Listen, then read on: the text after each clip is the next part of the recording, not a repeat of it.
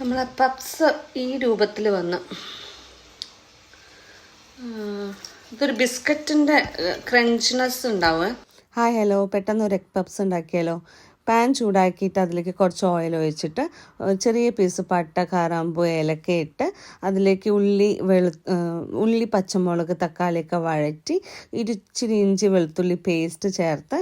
ഒരുപാട് മസാലകളൊന്നും എനിക്കിഷ്ടമല്ല കേട്ടോ, അതുകൊണ്ട് കുറച്ച് ചേർക്കുന്നുള്ളൂ.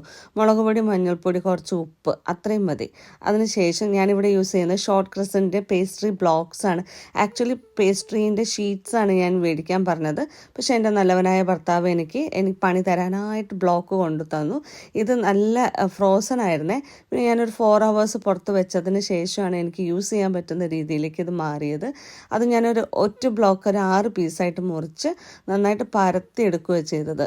ഗോതമ്പിൻ്റെയൊക്കെ ഒരു പോലെ ഉണ്ടായിരുന്നു, പക്ഷേ അതിൻ്റെ ടേസ്റ്റ് വ്യത്യാസമുണ്ട് കേട്ടോ. ഒരു ബിസ്ക്കറ്റ് ക്രഞ്ചിനെസ്സിനോട് കൂടിയിട്ട് കഴിക്കാൻ പറ്റും. പക്ഷേ നമുക്ക് സാധാരണ നമ്മളെ നാട്ടിൽ കഴിക്കുന്ന പപ്സിൻ്റെ ആ ഒരു 100% സാറ്റിസ്ഫാക്ഷൻ കിട്ടില്ല. ഇത് ആപ്പിൾ പൈ അല്ലെങ്കിൽ സ്വീറ്റ് റെസിപ്പീൻ്റെ ബിസ്ക്കറ്റ് ടോപ്പിംഗ് പോലെ ഉണ്ടായിരുന്നേ.